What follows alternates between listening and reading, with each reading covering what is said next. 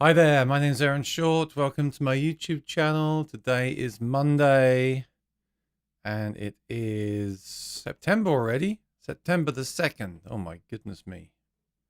Crazy, crazy, crazy. I'm going to check my audio is okay. Bear with me.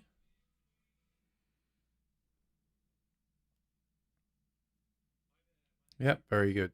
I always want to check that before I get started because the other week it went wrong. All right, awesome. Hope everyone's doing well.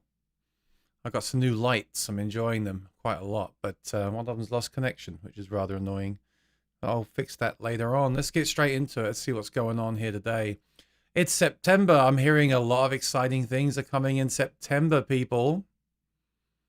Some things I can't share, some things I can. Actually, nothing I can. I can share some things. I just can't tell you exactly what I've heard is coming, but there are some awesome things. Look at my tan line here from Germany. Isn't that nuts? Look at that. I got like a tan line on the tan line. It's not good. I should have gone in the hot tub and evened it out. But anyway, let's say hi to everyone first of all. I've got a few things to show you on the web. Let me know if you found any deals for the holiday today in America. It's Labor Day. And there are a few really great deals. Not that many, but a couple I've seen from the usual suspects. And feels like most places are just closed down today. UPS are closed. All the stores are closed. Even I text my guy at Sweetwater, he didn't reply. So I guess everyone's just having a good time today. All right. Joy Buzzer's here. Good to see you. What's going on? Thanks for joining, Joy Buzzer. Rosanna's here with this wrench, so don't do anything wrong. She'll hit you with it. She's moderating. Good evening, Aaron, everyone in the chat. Happy Monday in Cornwall. Awesome. Did you get Oasis tickets? We could talk about that as well if you want. I posted a link to Sweetwater. If you wouldn't mind, will you just click on that link and come straight back again? It just looks good on my channel when people go through Sweetwater. I'm doing my first video with them soon, so it just helps if it shows that people are interacting with it. All right, and then Andy is here in Mississippi. MISSISSIPPI. I can spell it. Actually, I read it out from the word on the screen, but same thing. Patsy's in Suffolk, UK. And Joy Buzzer says, you've talked about grain runout before. Can you put some images on screen and talk me through what you're seeing, what you're looking for? Yep, I'll talk about that in a second once I said hi to everyone. Kevin's in Indiana. And actually, Joy Buzzer, great question to start with. That actually will lead into something else I was going to show. Prodigal Nation's in Colorado. Prodigal Nation says, buy a Taylor. I would love to get a Taylor on the channel. I'm not going to buy one, but if Taylor would like to work with me, I'll do it. Boomer says thumbs up. Yes, please like the stream. It really helps the algorithm. If you give that stream a thumbs up, it really helps. But you being here is the biggest help to me. So thanks for joining in. Manchester's in the house. Graham, you going to Oasis? You mad for it? Let us know. Julian says hi in Germany. I'll be there in a few weeks' time. Julian, I love Germany. Big fan here. Big fan. I went years ago to Dortmund and really enjoyed it. And I went to Frankfurt last month and really enjoyed it. And going back this month and can't wait. IBMA is just around the corner. What is IBMA? Let me know. Gary, what's up, man? How you doing? Looking forward to that hi-fi duet system. Here we go. Hi-fi duet seems to be delayed. Any problem? I got some information, Richard. But the question is, will I share it with you? I could be tempted. I could be persuaded to share some info from behind the scenes. But let's take this one at a time. First of all, Steve Cassidy's here. How you doing, buddy? Good to see you. I was looking at those Jet guitars. So tell us in the chat, why are the Jet guitars so good? Because there's other brands in that price range of a few $100s that have stainless steel frets. So why are the Jets so good? I'm trying to figure out the reason. Let us know in the chat what you think. Oh, sorry. International Bluegrass Members Association. The Chet Atkins Association met last month. I wish I'd gone to that and seen Tommy Emmanuel. But Tommy Emmanuel will be at Germany this month. So I'm hoping he'll remember me and say, hey, mate, how you doing, mate? All right. So first question was Joy Buzzer. This is a great question here from Joy Buzzer. So this has been a bee in my bonnet a little bit about grain runout, but I've found some recent information from researching vintage guitars. So grain runout is where they book match the top of a guitar. And feel free to join, if you've got anything additional to say in the comments or you want to correct me, feel free to add to the comment section. But grain runout basically is when they book match the top of the guitar. They always do that. But when one side looks a different color to the other, especially under certain lighting conditions. So let me go over to Chrome and look this up first of all. Then I'll show you something that I've been thinking about lately. In fact, we have a scientific explanation here from luthery.net. Perhaps we should explore that together. Let's do some education on the channel. Grain runouts. We all know the grain of wood runs up. This is more scientific than my explanation. My explanation is basically you look at the top of the guitar, the two halves of the guitar, one half is a different color to the other. Some people that drives some people nuts and they can't sleep at night.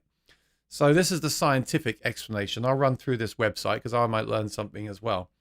We all know the grain of wood runs along the length of the tree trunk or branch. When the cylindrical log is cut into rectangular dimension pieces, the green pieces below, so that's how they cut out the wood for the guitar, the grain may or may not run straight through the length of the piece. Okay. The red line above is a cut through the wood.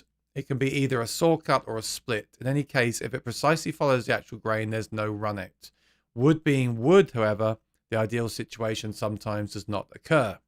As our friend from Cole Clark's always says to me, those bloody trees don't grow the same, Aaron.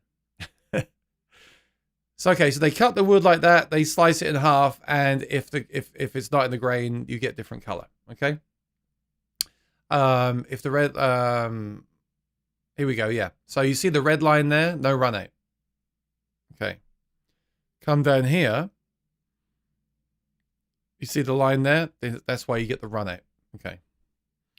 If the cut is a bit off from the natural grain, as in the sketch above, the one that we see now, it reveals what is known as run out. This sort of thing happens when you saw the wood. It's nearly impossible to do by splitting or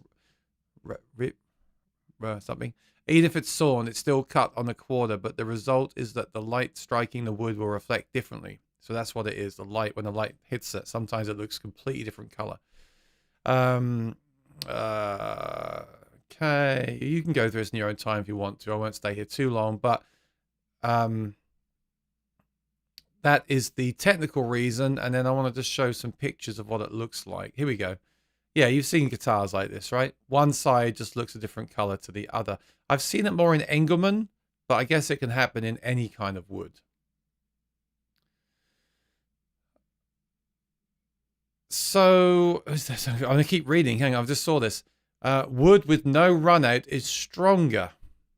Interesting. So maybe that's really, maybe people are looking for that for structural reasons. Perhaps in their mind it will sound better. Look, I always say you play two guitars. One might have run out and sound better than the one that doesn't. Two pieces of wood are not the same. That's the biggest problem. Let me find some more pictures to show on the screen of what I'm thinking about. But that's the technical reason there, which is very interesting. Here, this is what I'm talking about over on Acoustic Guitar Forum. So check this out. Rudy's post here. Sorry, Rudy, if you don't want me to show this. So that's it, right? We've all seen pictures on like Sweetwater and Reverb where the guitar looks different. I mean, that's an extreme example. You see that OM42 on the left? That's an extreme example of what I'm talking about. So I guess the question is, how do you feel about that? I mean, I am into cosmetic stuff. I do have a bit of that, you know, sort of OCD type thing. I like things to be very even, evenly matched, even looking. So that would bother me. It almost looks like two guitars stuck together. I don't often see it. And I've always seen it more in sort of more affordable guitars or rarer woods where the woods are harder to get. So that's why I was not really a fan before. But the thing is, I've been looking lately at more guitars from around the 70s and 80s because they are now becoming vintage and are still very affordable guitars. And I'm seeing it a lot in those guitars. In fact, a lot of those guitars that I'm seeing are not they're not great pieces of wood. I'll often come on here and say, oh, the wood these days isn't so good, etc. Yeah, but even 40, 50 years ago, they were using pieces of wood that, it's not like it was perfect back then and now it's not. It all depends at the time what wood is available. A grade 10 or grade 8 piece of wood today may have been a grade 5 3 years ago when there was less wood around, or vice versa. So not making much sense here, but that's basically it. So it really comes down to you. I wouldn't choose a guitar that had runout. Some people don't care about it. I guess this is a great one for the chat. Would you buy a guitar that sounded great and played great but had runout? Honestly, would you? I don't know. It's a tough question. Of course, I want to say yes. The sound is everything. Nothing worse than a terrible, nothing worse than a great-looking guitar that doesn't sound good. Nothing worse than that. They'll be sold immediately. An amazing sounding guitar with a bit of runout, I would keep it. But if I had a choice between two great sounding guitars, one had runout and one didn't, I'd choose the one without the runout. So, I mean, it's just common sense, isn't it? But let's see what you think in the chat about that. So does that answer the question? Yeah, what you're looking for. That's basically it. That is okay. Let's take this one step further. Let's go and look at some guitars and see if we can find any that have this phenomenon right now. Why not? Because it's fun to look at guitars over on here anyway. So I'll go over and look at some Martins. You're looking at the plain tops, and this is going to run me into the next part of the chat, which is about a new release from Cole Clark, where they're using colors. Well, one reason you might use colors is to hide, again, basically ugly tops, right? It's why Martin are now printing on guitars. It's why we used to have a lot of the sunburst guitars. It's why we now have black guitars and painted guitars. It's to hide a lot of these visual imperfections. I've got to be careful what I say, because they are visual imperfections. That's what they are. Right, like for example, this fretboard here, right, on this guitar. This is a visual imperfection. Now, some people may love it.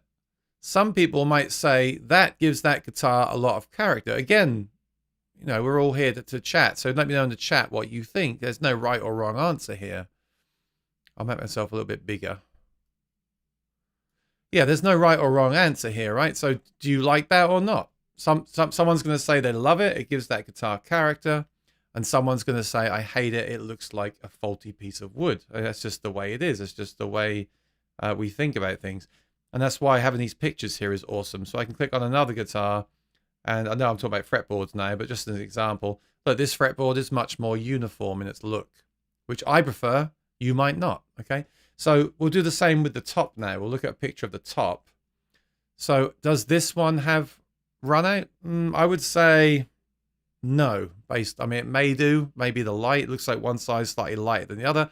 That could be the light they've used in the photograph. You've got to be careful with that stuff. But it looks to me, I need to go smaller again now because I'm blocking the picture. But it looks to me like this one does not have runout. No. And the fretboard's pretty even. So I would say that's good to go if you're looking for uniform. But I'm really interested to know if anyone in the chat likes the runout, because maybe they do. I'm going to see if I can find one on here that has runout. I think it's going to be hard to do, but we'll see.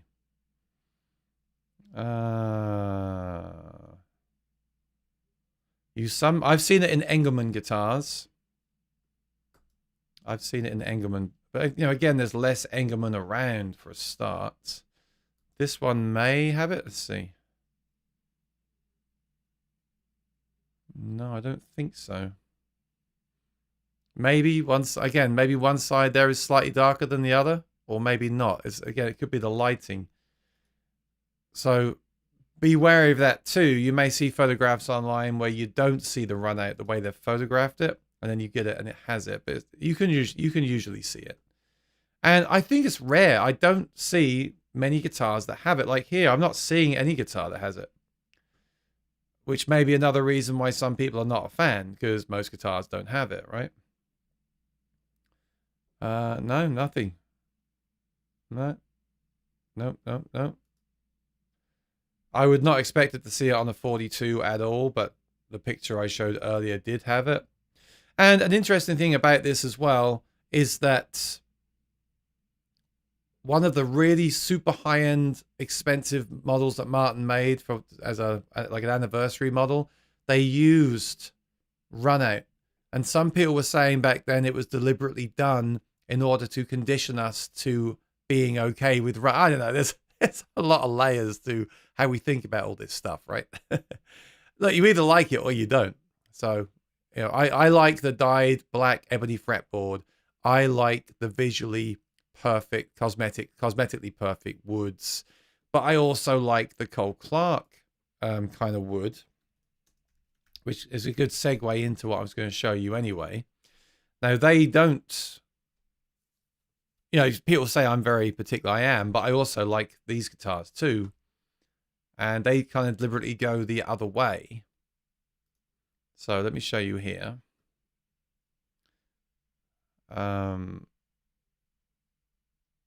They tend to use what's available. And these examples on the websites are not the best example because they are photographs for the website. But if you look on Reverb and places like that, you get some very like kind of crazy looking wood grain on these kind of guitars. They just use what they have. They don't waste anything.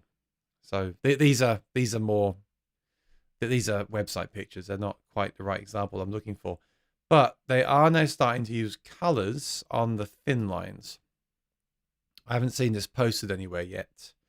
So they do a black thin line. This is the true hybrid guitar.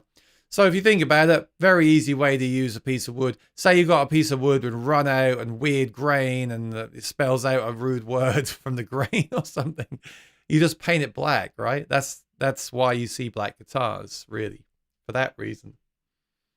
But they also have these ones too. They now have pink, blue, and green just on the top. So these are new additions. We're seeing a lot of companies do this. A lot of companies now are painting guitars. Martin, Taylor, Gibson, all the big companies now are painting tops to hide, again, don't like to say it, but visual imperfections. It's just what they are. Whether you like them or not, that's what they are. I mean, a piece of wood like this, I was just looking at this one. This is a thin line with a humbucker. I love that. To me, that's a piece of art. And they would probably use a piece of wood like that on their 3 Series because it looks so nice. But I can also find an example of one that you may not think looks quite as nice. Cole Clark Angel 2. Just as an example. Of course, now I've said that, I won't be able to find one, but let me just have a quick look. Of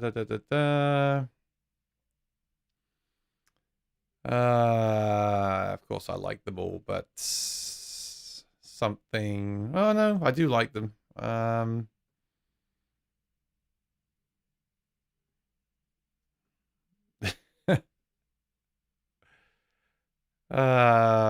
Yeah. Funny thing is, if you asked me years ago, I probably would have said no. I don't like them. But I mean, look, something like that. I mean, no, I like this one. Something like that. That is pretty uniform, isn't it? It's got some things in the grain, but that's pretty uniform. Let's see if I can find one. I like that. In fact, that looks like run out to me. It's got some wavy grain. It's got some run out. Less noticeable on these because, you know, Cole Clark generally do use these kind of woods and whatever wood. Every Cole Clark is so unique because they just use whatever wood they have. No, I don't mean that in a bad way at all. I think it's great. Every Cole Clark is basically its own unique guitar. And I really encourage you to play the one you're going to buy because I even find sometimes the neck is slightly different. The sound is slightly different. As with all guitars, though, as with Martins, as with everything. But visually, they are very unique. And so this one on the screen wouldn't be my first choice.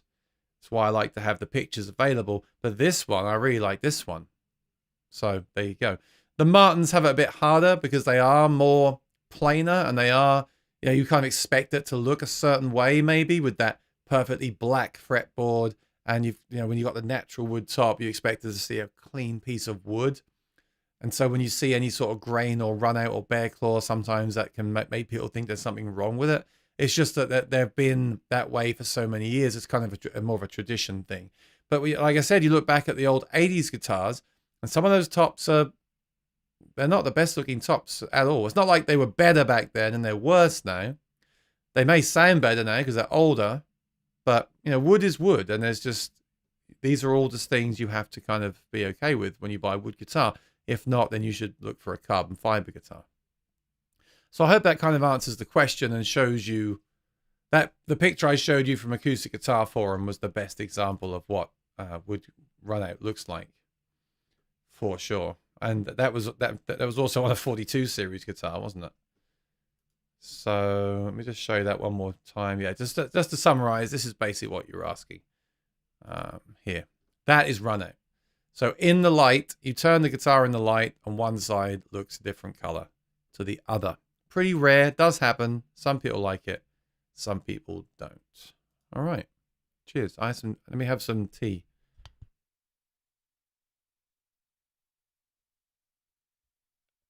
I muted it. Good. All right. Oh, Graham says no tickets for Oasis. Not for trying. Spent hours. Yeah, I hear that. People spent hours trying to get tickets and couldn't get them. And the prices are just stupid. I was saying I went to see Oasis when I was a teenager for about 20 quid, including travel, or 50 quid with travel, something like that. Something stupid. Now you're talking about hundreds, thousands of pounds to stand in a field and pay $100 for a Coca-Cola, you know. And this, the whole thing's weird. Like, what's that? Where are Liam and Noel? They haven't said anything. All we've had is the one picture of them to promote the gigs and the press statement. They haven't done a video together. They haven't posted like messages on their socials. Whole thing feels a bit weird to me, to be honest. Steve says, in my opinion, Jet nailed the Fender neck profile, modern C-shape, 9.5 radius. Okay. But you can get it with a roasted maple neck, and the nut is cut well and consistent fretwork, unlike Fender. Well, I wouldn't say that. My mod shop has got very good fretwork. But no, I was just interested. I mean, they are very good value at around $300, aren't they? But some of the $300 guitars do have stainless steel frets, which I'm a big fan of. Rolled fretboard edges as well on the Jet. Okay, I never played one. I've seen your videos on them. Lee, how you doing, buddy? All right, let's talk about this runout then in the comments. Boomer says, yes, I'd buy a guitar with runout as long as it sounded appealing. Sound is number one. I've sold so many guitars that didn't sound good. And I haven't sold that many guitars that didn't look good, to be honest. Joy Buzzer says, I've watched the video from Bob Taylor, but I've seen that too, the current status of ebony. And it totally changed my opinion. I'm totally cool with streaky ebony, but black is obviously... Yeah, well, I'm the same. Again, I'm the same. If I had a guitar with streaky ebony fretboard that sounded incredible, I wouldn't sell it. If I had the choice, I'd rather have uniform black. Now, you can also stain ebony yourself, of course. You can do that too. So, I personally think, and this is a bit controversial, I think it's more of a cost-saving measure. Because it takes more time to stain the fretboards black. It takes more... That's why there's a lot of satin guitars now. It takes more time to apply the gloss finish. Time is money, money is time, blah, blah, blah. Joy Buzz, I'm not reading that next comment. My OMJM had it a little at some light angles. The sides look way different. Yeah, I've seen it in OMJMs more than other guitars. I thought it was the Engelmann, but it turns out it's not just Engelmann. All right. Dima says, I've decided to install under-saddle transducer pickup as it is better piercing through a noise on samples in YouTube, which is important in my environment. Not sure how is that correct. Yeah, I don't know. I don't necessarily agree that whole thing about undersaddles cutting through. Not really. I mean, you could EQ any pickup to cut through a mix anyway. They tend to feed back less. They can still feed back though. I'm a big fan of the Anthem SL, so I would put the Anthem SL in, which is an undersaddle and a microphone. Yeah, I don't disagree, but I also I think people oversell that about you need an undersaddle to cut through a mix and not feedback. I mean, a Soundhole pickup would do that too. I mean, I've EQ'd a K&K to do that. You just have to add more EQ to do it, you know. Boomer says bear claw is visually disturbing for some people. Yeah, I got a guitar 10 years ago, picked up from the factory. and it had one bit of bear claw on it. And this was me 10 years ago. I was even fussier back then. And so I said to her, well, do you have another, you got another one? It's got mark on it. But to be fair, she said to me, oh, some people find that very appealing. Some people pay a lot of money for that. Yeah. Some people pay a lot of money for bear claw all over the guitar. That's one thing. I think that looks cool. But one mark of bear claw is different. I think that's annoying. Anyway, that guitar did get sold, but that was also for sound and other reasons too. Yeah, no, I've got no problem now, especially now. Back then, you could be fussier. Back then, there were more. There was more wood for a start. We all know it's a fact now. We know that wood is running low. We know that, so we know we can't be as fussy. And I'm not as fussy. I'll gladly accept the guitar that has bear claw things on it. I just love the fact we can go online now, places like Sweetwater. I know I keep saying their name, but they have the pictures, they have the weight, and I think that's really, really, really important. So many sites don't have those. And most sites don't have the weight either, which is annoying. R says, my D42 Modern Deluxe has 2 spots that are bear claw. Yeah, like I said, I'm way more accepting of it now. I know now that, I mean, I just said earlier, every company now is painting guitars. They haven't just decided that, oh, we're going to paint guitars. It's a nice thing to do. No, we're painting guitars because the wood that we're getting is limited and is not looking the way it used to. If it did, they wouldn't be painting the guitars. That's just the truth, in my opinion. I have to add that in there. Lee says, I like the bear claw, but not keen on the runout. That you're all talking about hairy armpits. What about we could turn this on to the guys as well, okay? Just saying, because we've got some ladies here. But I'm not gonna go down that road, so I'm gonna skip over that comment. Stardance, the fretboard light brown color is an indication of sapwood, which is softer and less dense. Yeah, and some people will say that straight grain wood sounds better than wavy rosewood. You know, this year we've seen a ton of guitars with the wavy. What's the word? It's not wavy. Yeah, the wild grain rosewood. I prefer straight grain again visually.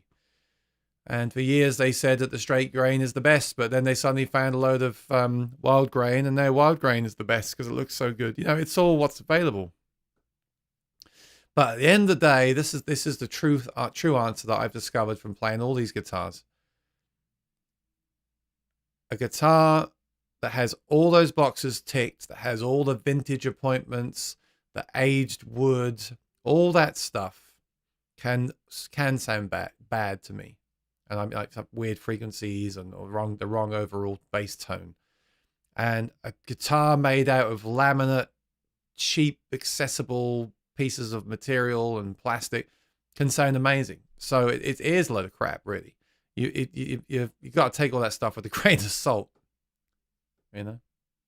That's right. Boomer says, "Give me a thumbs up. Let me show you how you do it." So you're watching me like that, right, with the chat. So press the X on the right side. Yeah, and then there's a thumbs up there. So you press on that.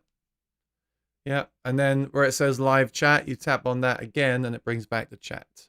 Thank you. And yes, I did just like my own stream. All right. Cresso, how you doing? Good to see you here. This is great. It's a good crowd today. Joy Buzzer says they don't need to promote the tour. I know. I'm glad that it's brought the UK together. It's definitely revived music, but the way that Ticketmaster are charging these overinflated prices and all this stuff is that's not good. And to all the touts out there, just stop it. Like, just do something else, because it sucks, you know.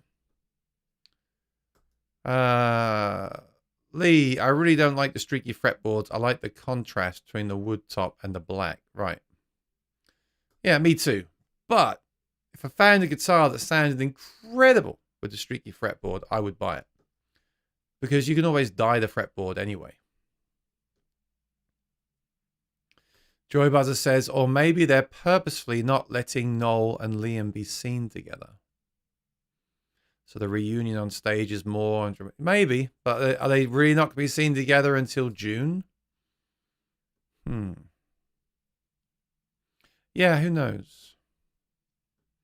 Kevin, speaking of Cole Clark, I picked up a Cole Clark FL3 Redwood Blackwood. It arrives this week. Awesome.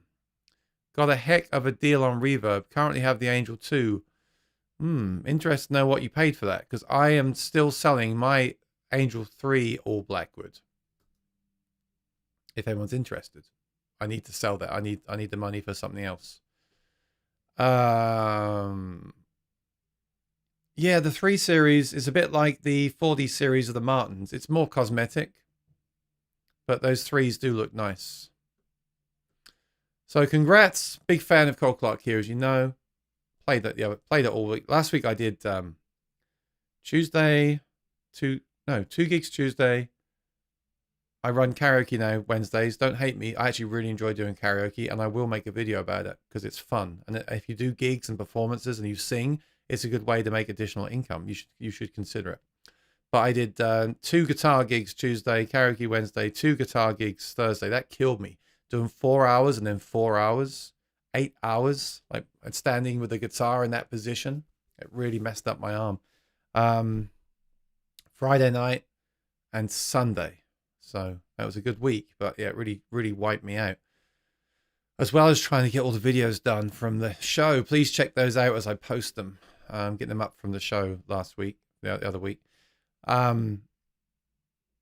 Great. There are some other things coming though this year that may compete with the Cole Clark, but may not. And Cole Clark have some releases too that I really want to cover, but I can't really justify buying any more Cole Clark. So I'm looking to move into more sponsored stuff, to be honest with you. I can't keep buying all the stuff. Armin says, hello, Aaron. Relevant to the Voice i 3 Extreme. Concurrent to NP LED. Oh, yes, right. Okay. So you put this on my comments. You email me better, right? Just so everyone knows, when you email me now, I have a standard reply. It goes out, say, please bring the question to the chat. That's what this time is for. And also, as a last resort, if you can't make the chat, a last resort is to post it on the video itself as a comment, and I'll get to it when I can. But let me see if I can help you with this quickly. So, Voice i 3 Extreme. Yep, still love that thing. Still using it at my gigs. Concurrent to the NP. So NP is natural play. There's an LED on the pedal that says NP. It means natural play. And what that means is when you hit a chord, it lights up to say, I've identified the chord. In fact, someone was just asking about this at my gig the other day. They said, how are you doing the harmonies? They were a singer. How are you doing the harmonies? I said, I play a chord. The pedal is basically working out what the chord is. So it figures out it's a G major. And then it uses that to tell the harmonizer what note to add to the melody. It's very, very impressive for 15-year-old technology. So that's what the NP means. It's figuring that out, and it's lighting up. Then there's also a meter on there, which is, I believe, yellow, green, and red, which is showing the amount of level going into the pedal. The only thing to bear in mind with these pedals is that when you check the gain of the guitar, so you do that and you want it to go, they don't really tell you, and they've told me before it should light up red. If it does, it should only be for a second. I try to get mine around the green, maybe in the red if I play really hard, right? Because there's a reason for this. You do the same for the voice, but when you play guitar and sing, it combines the levels, which is a bit silly, but it's just the way it works. So you got to be careful when you play and sing that they're combined, the two things together don't clip the input. So I set the guitar, so it's just before clipping. I set the voice just before clipping. So make sure you play and sing the loudest you're going to at the gig. No one ever does that. Everyone always sets it up too soft. Then check together. You have to put it up on a table so you can see the screen, because you won't be able to see it while you're singing. So do them together and make sure that's not clipping with the combined signal. Also record that with an external recorder. Listen back. Make sure that's not clipping. Very, very important. But your question is, LED comes on from natural play, yep, and the red faintly lights up. The same with the green LEDs coming on the amber LED. Lights up. Yeah, I think I know what you mean. I think I've seen it. I've seen where the LED will light for no apparent reason. Is that what you're talking about? Because that is normal. I've seen that before. It's a bit weird. But is there an issue? My question is there an issue related to this? Is something happening with your sound that's a problem? If not, if you're just getting a visual issue that you think may be a problem, then I'd say ignore it. I've seen weird, quirky things like that myself. It's nothing.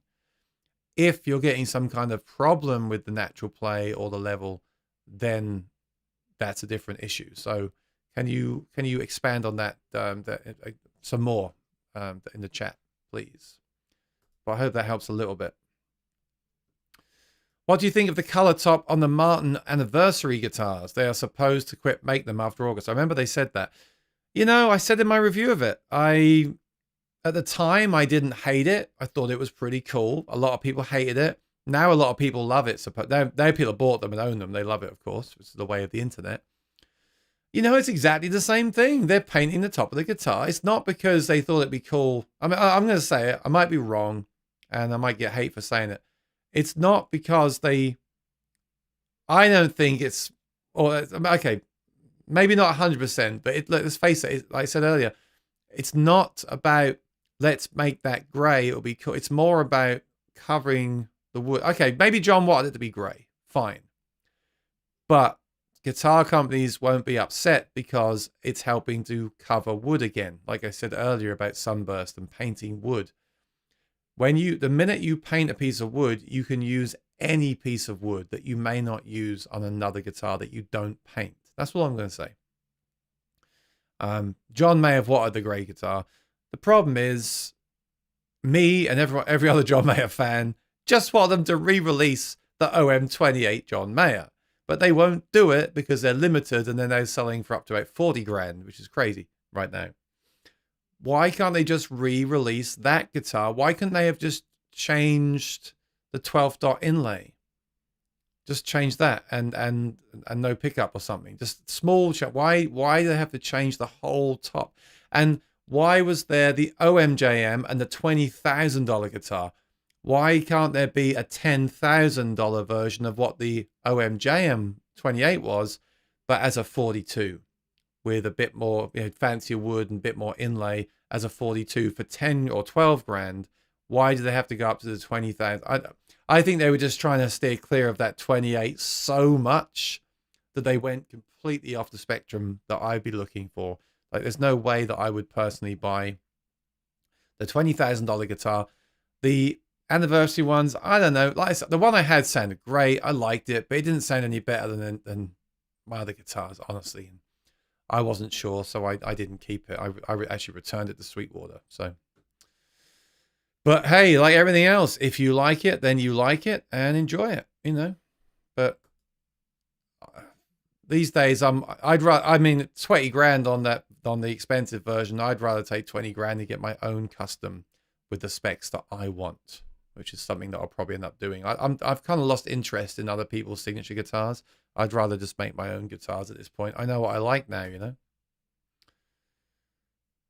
Lee, I keep joking about will Oasis break up before the reunion tour, but the thing is, they must have signed some kind of contract with the promoters that if you don't do the concerts, or if you don't do them because of personal reasons, then you're going to get sued to the other end of the world. So that has to be in there. Can you imagine being the promoter behind that and not doing something like that? It wouldn't. There's no way.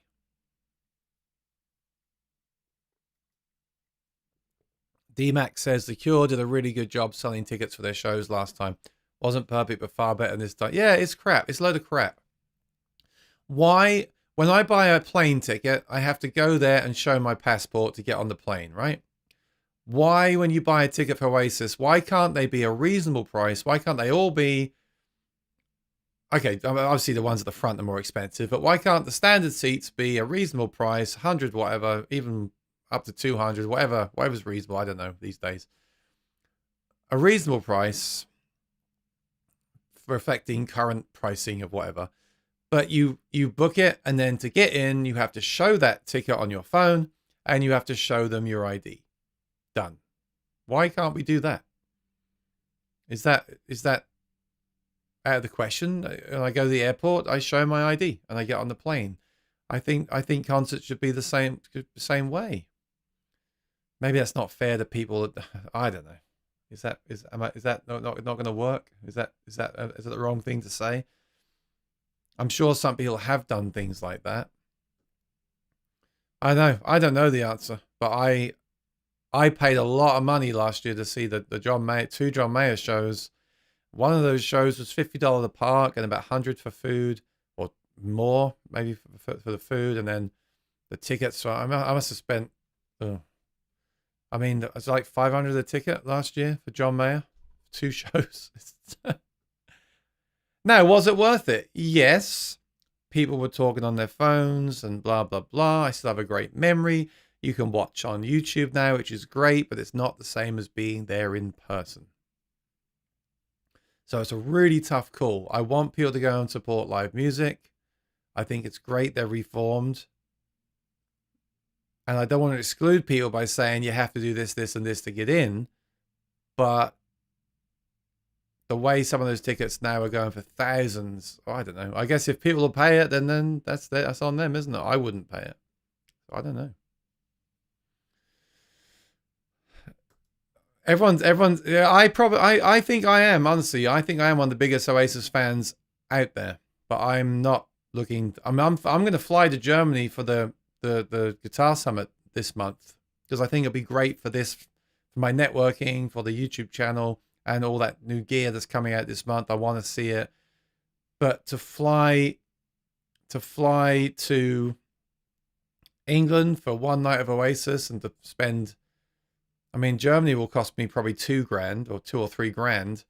So to spend $6,000 to go and see Oasis, I don't want to do it.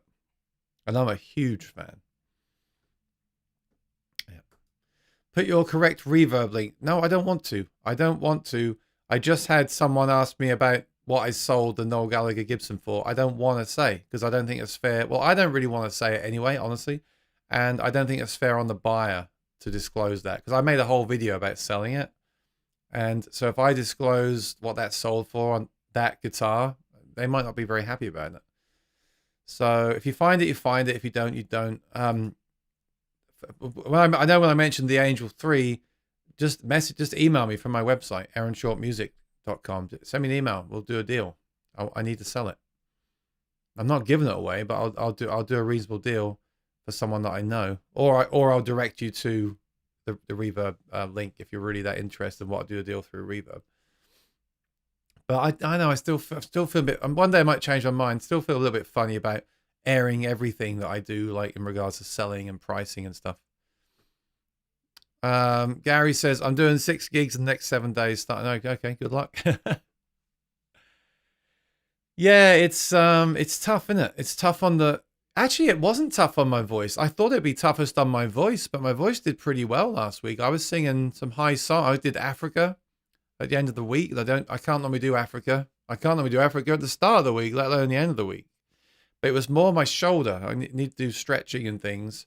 And I'm okay now. I've recovered now. But the day after the 8-hour gig, the second 8-hour gig, I just woke up like exhausted, aching, my back hurt, my arm hurt. It's not good. If you do that, you've got to take breaks. You've got to stretch a lot. But my voice actually held up pretty well. It was starting to go, of course. But yeah, drink lots of water, do the stretching, all that kind of stuff.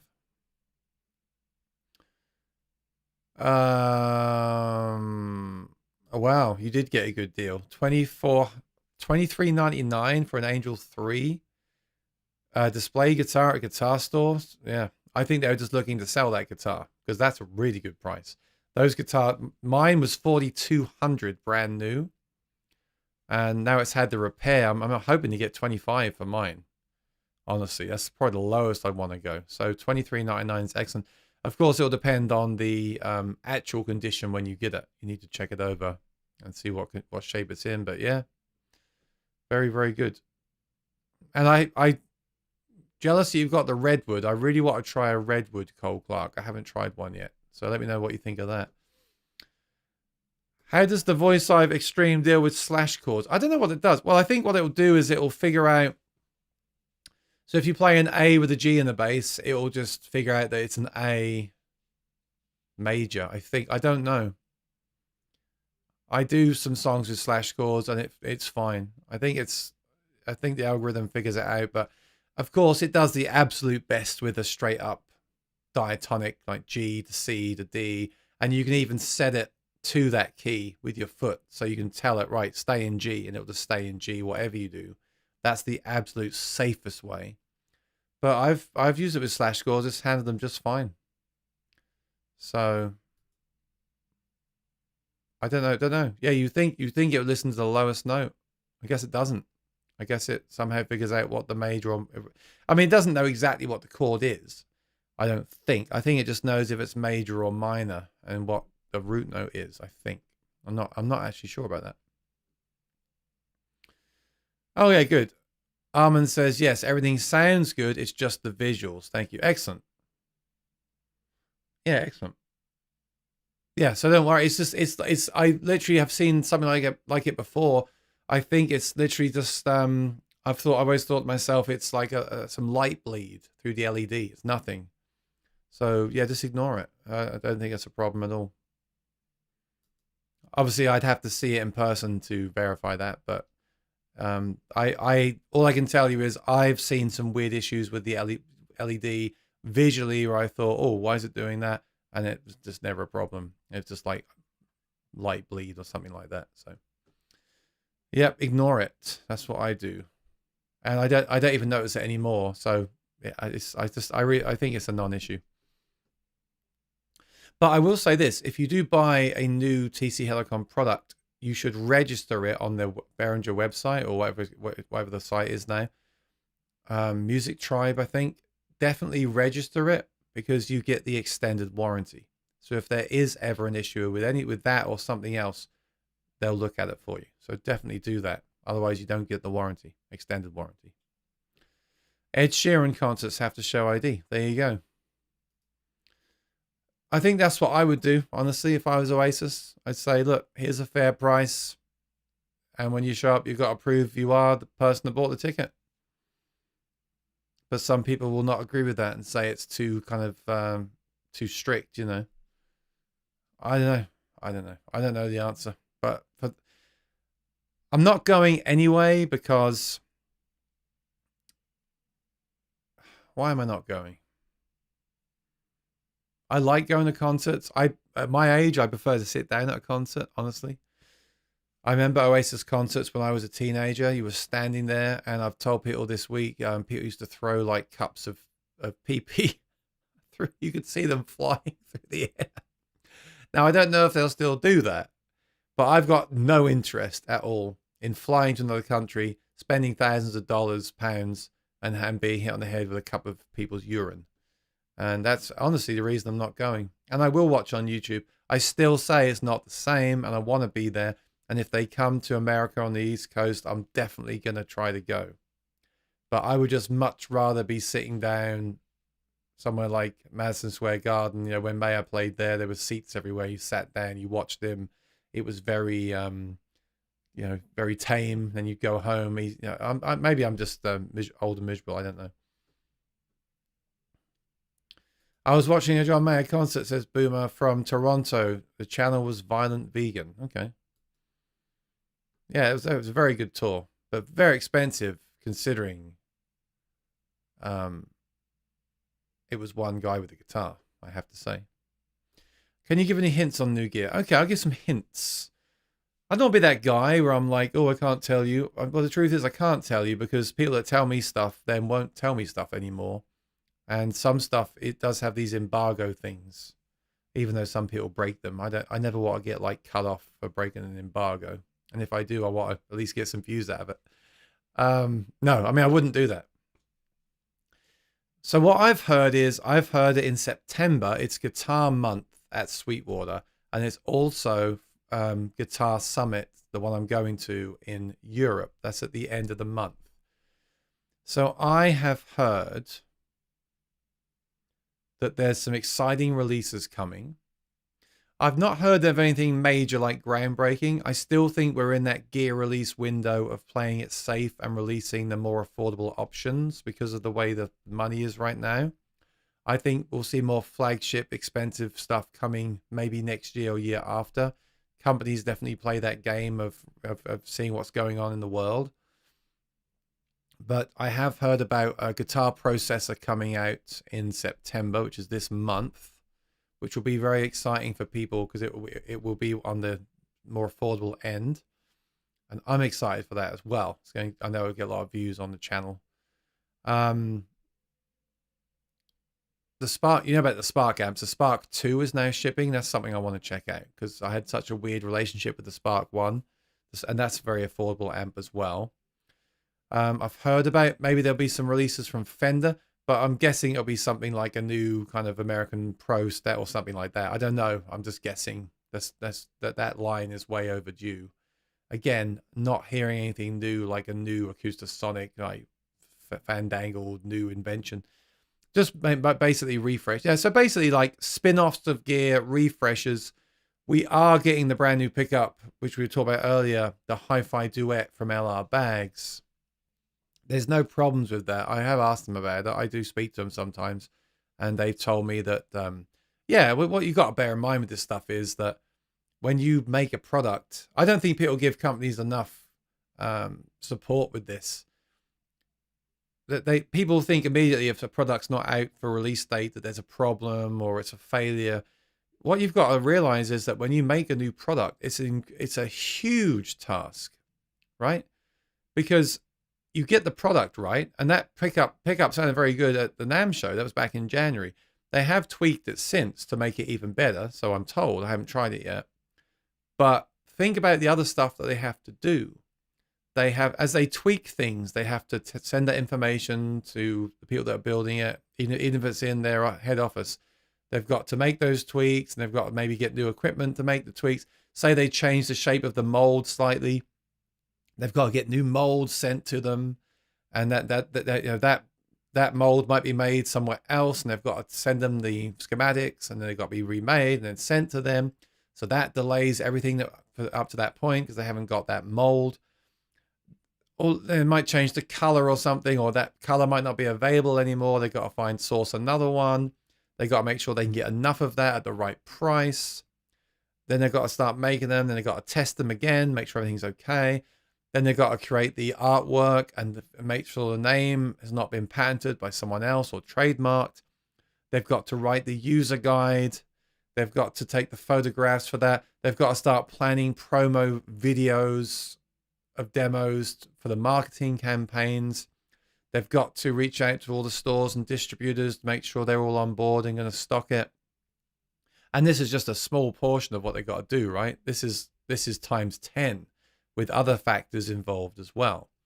So just because someone has a great new product doesn't mean that there can't be issues along the way. It might be something stupid, you know. It might be they can't get, you know, they discontinue the plastic they were using for the tray of the box or something, and they have to source a new plastic, make sure it meets regulations and standards. They can get enough of it, send the design to the company that prints the plastic, makes the plastic, sends it to them, figure out the shipping. It's all these little stupid things that I could never deal with. I mean, it drive me crazy. So you got to give these companies credit, and you got to remember as well. I think when they say like it's going to be $450, yeah, because of all this stuff that goes into it. I'm not defending that price. It's a high price, but it's a professional pickup. This new system. If it sounds as good as they say, I think it's worth that money. And stuff that comes out is always on the high end. It always comes down a little bit. In 6 months, 12 months, maybe you'll be able to get a discount from somewhere and get it a little bit cheaper, or buy a used one if you really want to save money on that. So I really think we should give companies a little bit of a break. I know it's hard when you're excited and anxious for the new release and you just want to own it. I've definitely been that way myself. I still am a little bit. But from talking to companies at NAMM and things over the years, I've definitely come to realize that, you know, we should give companies a bit of leeway because we don't know all the stuff that goes into these things. And also, let's be honest, we don't want them to release something with any kind of issue, because something like the Hi-Fi Duet is not something that they can just fix with a software update. If they ship the Hi-Fi Duet and there's some weird problem with it, I'm not saying there is, say if they did that, think of the nightmare it'd be to get those pickups returned to them and then fixed and then sent. That could destroy the company. They have to make sure the product they ship is the product they want to ship. That's not to say there won't be revisions. There's been multiple revisions of the Anthem, but throughout the years, it's been fine. It's not been a problem. It's been an improvement. So the latest Anthem with the plus sign has a bit more gain. Well, that's great. Doesn't mean there's a problem with the old ones. They still work great too. And it's only a few decibels, but it is slightly improved. That's one thing. But if you ship a product that doesn't work, that could tank a whole company. And we don't want that to happen to LR Bags or anyone, really, do we? So I think it must be incredibly stressful to release these new products. And I give them a lot of credit for this stuff. But of course, as a reviewer, I still want to try it and just tell you if I think it's worth installing or not. Because I'm at the point now where I don't even want to install a pickup anymore. I'm not against them. I've recently played a K&K. It's fine for what it is. I like that Fishman one that goes in the sound hole. I don't like it being in the sound hole, but it sounds really good. I still think the Anthem SL is amazing. But if I had a custom Martin, I wouldn't install it if I'm not going to be using it. I'd rather just have the guitar acoustic, honestly. So I do have pretty high standards for what I'm looking at with this new system. I hope it delivers what they say. We'll see. Not long to go now. I know it's going to be shipping soon. And then there's a bunch of stuff that I don't even know about that I'm sure is coming because of guitar. There's three things. It's Guitar Month at Sweetwater. It's Guitar Summit in Europe at the end of the month. And this is the window where people and companies release gear for the holidays. So we're about to get hit with all those things. And then at NAMM in January, where Fender are going back, we're sure to start seeing some big releases. So I think between now and February, we're going to actually see some really cool stuff come out.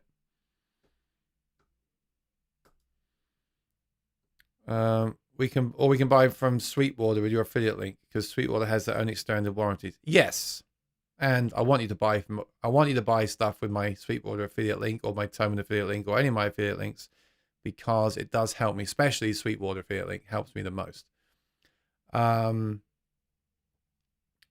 Honestly, what I would do with like the Voice i 3 Extreme, there's a few pieces of advice I'll give you. Right now, I would jump over to Sweetwater and buy one of the demo units because they only just came back into stock a few weeks ago. So if you buy a demo right now, it's been used for a couple of weeks by the person. You're going to save money. Use my affiliate link, make me happy, help me out, and then register it with Music Tribe as well as the fact you bought it through Sweetwater. Have their 2-year extended warranty included and the 3 years from Music Tribe. Now you can't combine them, but if Music Tribe don't reply to your email, you can call Sweetwater. And if Sweetwater didn't reply for some reason, you could contact Music Tribe. Just get both. Why not? Just to cover yourself. I'm not saying either one wouldn't. They're both great at customer service, but why not get both just to make sure you're fully covered? Are you still using the Ray? I am. You know what I'm going to do? I'll be honest. I'm still talking to companies from Gear Street about collaborating because that's how I'm going to make my money back from that trip. I just think it's kind of silly that I'm using this mic on all my videos now and I love it and I'm not doing a video for them. I'm going to contact them and say, hey, great seeing you at the show. I actually already have the Ray. I'm using it on every video. Can I give you like a testimonial video of why the Ray is a great mic and people should buy it? I'm finding that people aren't that responsive. I thought this was a great idea to contact companies. You know, when they need to promote something new, they might reach out and say, hey, do you want to check this out? We're promoting it. Okay, fine. I might like it. I might not. It could backfire on you because I might say on the video something I don't like. So I've been actually, lately, I've been thinking if there's any product that I use that I think is great, then I'll reach out to the company and say, hey, I've already got it. I love it. I've been using it. I'm happy to recommend it fully. It'll be a positive video. It'll look great for you, but great for me. I can put my affiliate link. You can make some sales. Do you want to basically pay me to make a video where I say, I own this thing and it's great. You should go and check it out. This is how I use it. Here's some examples. I thought companies would love that, but I'm not quite getting the response that I thought I would. So I don't know why. For me, that's how YouTube could really work well. Rather than getting the brand new product we haven't used before, or making the video, and maybe saying the wrong information, which I heard the other day, someone said some wrong information in the video. Oh, they haven't used it very long. How can they even say they like it? They've only had it for a few hours. Isn't it better to make a video where you say, look, I've been using it. That's what I did with TC, with the Voice i3 Extreme. So look, I've been using this for years. You should check it out. And I just think that'd be great for YouTubers and for companies because they're incredibly honest and accurate videos because they're time-tested videos. So we'll see. I haven't actually offered that to Lewitt yet, but I'm going to. So yeah, still using it. I don't use the aura function at all. It's on right now, but since I'm sitting here, I don't need it because I'm close to the microphone anyway. And when you get far away, you still get some more noise, etc. So I don't actually need that. I just think it's a great microphone and price anyway. So there we go. Rosanna says, I think all tickets should have to have the name of the person going and an ID be shown. If you can't go, the ticket should then be allowed to be sold back to the original company. I agree. That's my thought. But I don't want to like exclude anyone by saying that. Maybe I am. But I agree. You bought the ticket, so your name is on the ticket. And to get in, you have to show that you are that person. Just prove you're the person that goes in. That's it. Can't go anymore. The ticket is either sold back to the company and they resell it at the same price, or you can sell it on or give it to someone, but then you have to put their name on it. And again, they have to prove who they are. Why are companies not doing this? Am I missing something? Is this going to exclude some people and it's not fair? I don't know. That's how I would do it. I don't know. But it just puts me off. It makes me even, it just makes me not want to go when I hear all those problems, honestly. Boomer says, please make certain you're subscribed, like and share. Yes, please do. Help me out. Subscribe. Here we go. Make sure you press on the like button like that. You press on subscribe like that if you haven't already. Don't press it again. You'll unsubscribe. And if you want to ring that bell, it'll just tell you when I release a video or go live. Sometimes I do extra live streams and post videos and it'll just let you know. And that also helps me out because I'm getting closer to 20K and people look at numbers, you see. They do. They look at numbers, how many views videos had, how many subscribers you have. So if you watch the stuff I post all the way through and subscribe to the channel, that's how you can really help me and make more videos because I do need, like I said, I need people to help me out. I can't just keep buying stuff and making videos. I got in trouble doing that a few years ago. It's not a good thing to do. Bedoin says, I was recording backup track for Mr. Tambourine Man. I'll finish with a cool story. At my gig yesterday, the person that hired me had a guitar, which was an SG that was, I'm not sure how he got it. I think it was like he donated or something or a raffle or something. But he had, anyway, he had a guitar, which was an SG from AC/DC. And he said, could I play an AC/DC song with it? So, of course, I didn't know what the condition would be, or the strings, or the tuning. But I got the backing track from Karaoke Version, took out one of the guitars, left the other one in with the solo just to help me out. I didn't have long to learn the solo, so I didn't bother. But I just wanted to basically play more rhythm guitar to it. And so I Bluetoothed that to the speaker and played along. It was fun. It was good. And I used the Voice Live 3. The electric sound gets slated a bit on the Voice Live 3, but it's actually fine, I felt, for that. It was great. So, and that was that. There was no sound check or anything. And yeah, it's kind of cool. So this SG was signed. I don't know if it was used at a gig. I don't know. It was a model from the 90s that they made for a few years, which is pretty cool to check out anyway. One pickup, very lightweight, and it was just cool. It was fun, and the reason I'm saying this is it's a cool story, but it's also fun to play with the track. I'm not against backing tracks. So some people are against them, but I think it's absolutely fine, and it can add some nice variation. In fact, when I finished the song, I wish that I had more tracks, so I could have done more AC/DC songs. I only had You Shook Me All Night Long. And I played some of the solo over the original solo, and I did a little bit of like additional solos to it. But if I was doing it properly, I would learn the solo and take that off the backing track and just play the solo myself. So, yeah, that was cool. It was cool. I like stuff like that at gigs where stuff is more kind of unexpected and random like that. It was cool. So, things coming up this week. I don't want to say, because I always say it and I end up not doing them, don't I? So I'm going to be careful what I say. But there is something fun for if you're in the USA. There's something cool coming up this week you should watch out for, or next week or two. I won't say there is. There may be something coming up that you might be interested in. And video-wise, I've just got a bunch I'm working on, and I've still got a bunch coming up from the show Gear Street. I just posted the video of me playing the Dewina guitar, the Aura guitar with the no heel. That's a really cool guitar. So please watch that all the way through if you haven't. And also follow Dewina Guitars, Dowina, over on Instagram, because today they posted a clip of me playing Romeo and Juliet Dire Straits in the garden at Gear Street. And I thought that guitar sounded really cool. So yeah, check those out. Good company. I want to check out more of their stuff in the future. All right, so I'm going to call it a day. I'm going to go. I will be here next week. I'll be here every Monday. I just won't be here the week I fly back from Guitar Summit, which is the end of the month. So that's not until that date. I'll just tell you when that is, not to cause any confusion. That's not until the 30th. So the last Monday of the month, I won't go live because I'll be flying back from Germany and I'll be tired again. But every other Monday, looks like, until the end of the year, I'll be on here. So please do join me. Please do tell your friends. That really helps. I really appreciate it.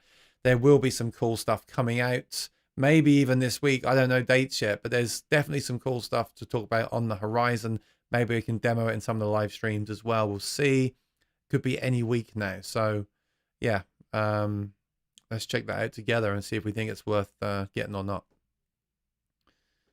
Using Ableton, an 8-piece band, control all the parts. Yeah, that's the best thing. If you're using tracks and you can take tracks in and out and mix it yourself, that's really nice. There's some apps that will do that for you too. Thanks for moderating. Thanks for being here. It's awesome to see you all. I look forward to seeing you next Monday. Hopefully we'll have some more news by then. And if you hear of anything, let me know. And take care and be well. I'll see you next time. Good night.